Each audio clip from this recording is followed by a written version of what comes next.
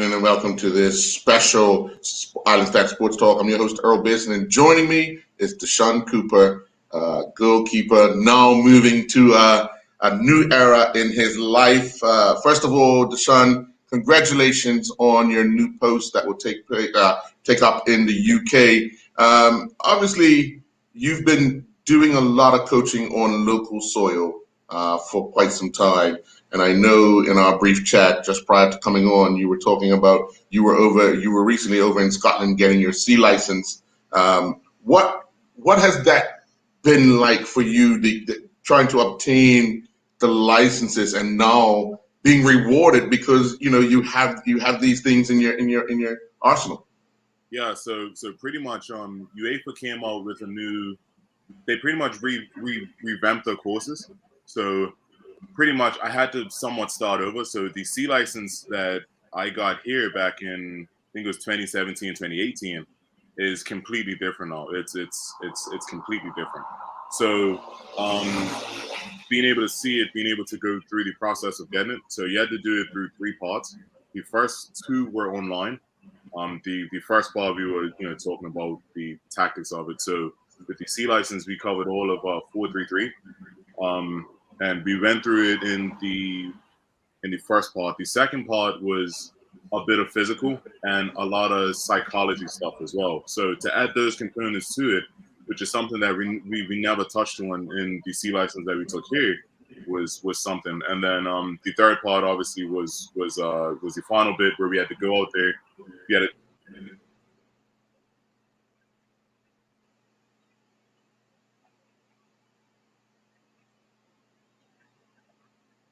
Lost him a bit. We'll give him just a few seconds. Hopefully it catches back on. Yeah, you're back. Oh, back? Cool. Yeah, you're back. So pretty much, it was two topics pretty much. So one was delivering a training session. So we had different topics: possession, run with your ball, finishing, stuff like that. And then we had the other bit, which was to shape a team. So it's pretty much like a phase of play where you're shaping your team in certain situations. Like if you're playing out the back, if you're trying to play through midfield, if you're trying to defend in midfield, defending with the front four, attacking with the front three. Attacking with the front three, and stuff like that. So it was really detailed. It was really detailed, and it was hard. If I'm quite honest, we had a lot of homework, and and once we got there, it was really detailed. So we really had to be on top of our game with our session plans and stuff like that. So it was really nice. Yeah. Now, obviously, you get this call some time ago. How life goes, it probably wasn't the right time at the time, but then you get a call again. Was it one of those out of the blue and you know what? Let me try this now. Let me take this step in my career. Yeah, definitely. I didn't expect it. It was definitely a curveball. But I know that with this opportunity, it's not only a foot in the door football wise and to the football world, but for me on a personal level to be able to move to a different country and pretty much be forced to adapt to a new way of life and obviously different people and different surroundings and stuff like that. I think that's what I need right now in my life, and I think for those guys to throw that out to me is great. You know what I mean? So I'm really excited to see how I make out with it. I know the footballing side, that's going to be fine, and I won't be thrown into that right away. But in regards to moving away from the country, away from my family, and being able to adapt, and that's I think that's going to be a challenge for me, and that's something that I really want to go through. So. Yeah. Now, one thing I noticed about you since the day I first met you, you are a lover of development and improving not only oneself but others around you in the goalkeeping field. That passion, that drive, where does that come from, and how do you see that fitting into this new role? Pretty much, I can take it back to when I first started. So my mentors, Coach Bascom, Darren Whitehead, Figgy. they helped me big time. You know, like I've always loved the game. I've always loved football, but to be around people that love the game just as much as I do, or more, was really great to see.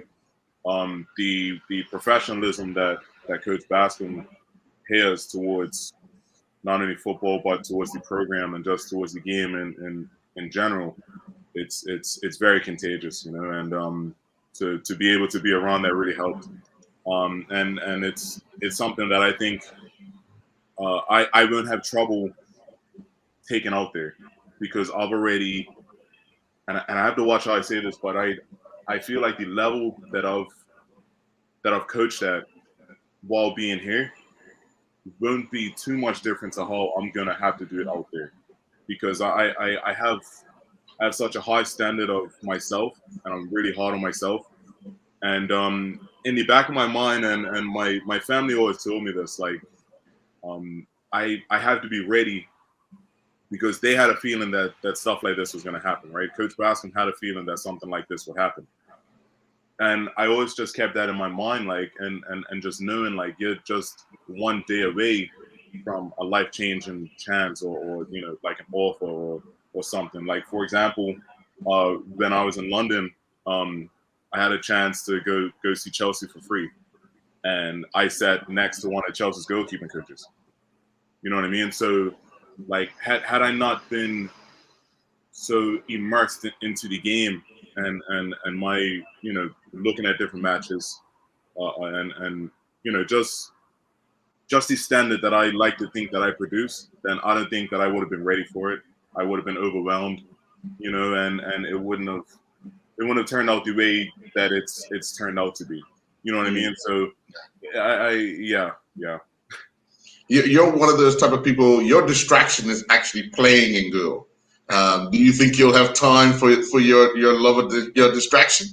No. I mean, I'm pretty like I had a discussion with myself and obviously the team and coach that I was going to take somewhat of a background role this season. You know, obviously unless I you know was needed, but I had no problem with us sticking a 16-year-old in goal and me helping him because the reality is my coaching career is going to go way further than my playing career is right now, right?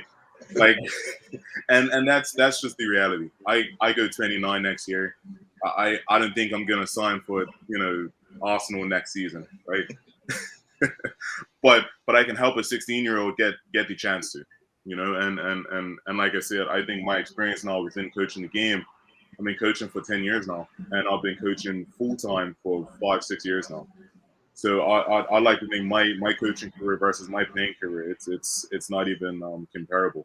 So, Mm. you know, What would you consider unique about goalkeeping coaching? hmm. Well, it's definitely specialized.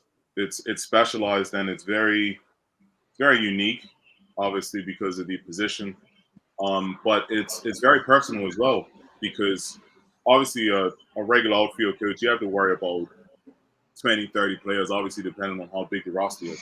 But a goalkeeping coach, so like say with my new role, I'll be working with 4 different goalkeepers, and so that's my team, and it's going to get very personal, you know, and because we're going to have a very good relationship, working relationship, and then obviously personal relationship. Because I feel like I think the football and stuff is universal. So in other words, it's easy for me to read a book or to get a license and to say, hey, you need to do this and this and this and this. But it's very hard to manage 4 different personalities Hmm. because you're gonna have 4 different players that react to situations differently, react to success differently, and obviously react to failure differently. And you have to not only manage that, but you have to find a way to make each and every one successful. So, Mm. for example, in a first team setting, let's take West Ham for you know, for example, you not only have to manage how the number one performs, how his form is, and how his day to day life is within sessions are, but you have to manage the number two. So of course the number 2 is going to be frustrated because he's not playing as much as the number 1. That's just human nature. Nobody's happy with sitting the bench. I don't care who you are, you're not happy. And then you have to manage the number 3, and you have to manage the number 4. Right.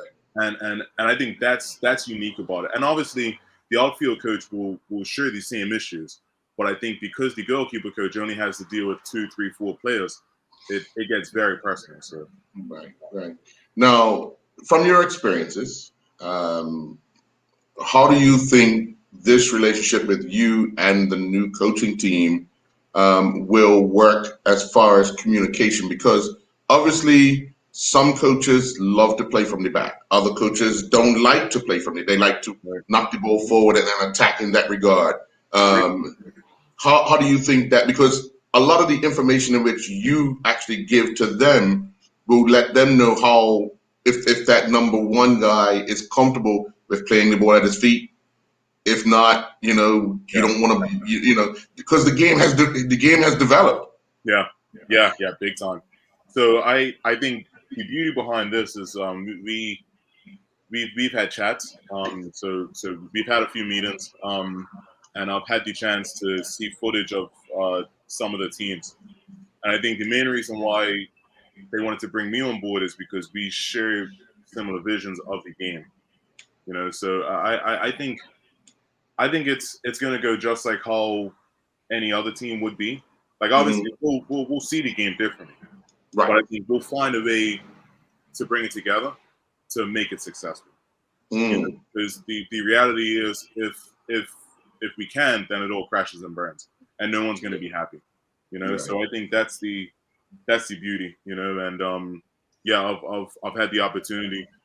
And I'm really happy that I've had the opportunity to have chats with those guys. They've seen my work on social media and stuff, and they have similar views.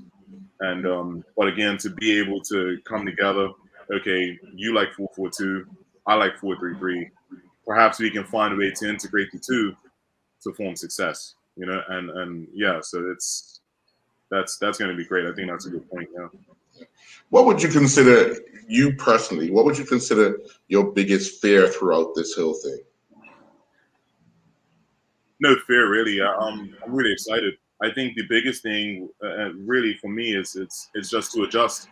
The longest that I've been off the island for is 3 weeks. So to be able to go from the maximum of not being home at 3 weeks to now you're talking about 1, 3, 6 months, potentially 9 months. I think that's the biggest. That's what I'll have to get used to. And again, no real fear because I'm actually quite excited to see how I deal with that. But I think I'm lucky and somewhat,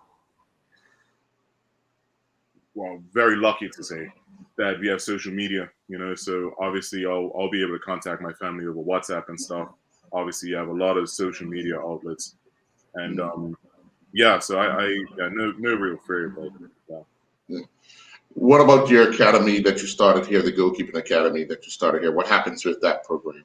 Yeah, great question. So they respect the work that we do, and they respect the work that we do with the basketball teams as well. And the last thing that they want is for that work to finish. So they've allowed me and they've agreed for me to come back home periodically to still do camps and still do clinics and stuff like that because they want to have a relationship not only with the club but with the country. They're going to look for us to be somewhat of a scouting ground because we have about 10 Bermudians there right now, and they're doing somewhat well and they're quite happy. They've settled in. So they're gonna look to, well, for me rather to stay connected. So yeah, I'm very happy for that. Well, Cooper, let me just say, I want to wish you all the best. I'm rooting for you. Yeah. Now we have another team to root for in the UK and another group to root for in the UK. On the coaching side, and anytime you need to talk about anything, hey, I'm here for you. Give me a shout. I respect and appreciate everything you've done for the goalkeepers here on Island, and we look forward to what you can do now, given the opportunity. The sky's the limit. All right? Yeah. Thank you so much. I appreciate it. All right, brother. You enjoy the rest of your day. You too. Thank you. Okay.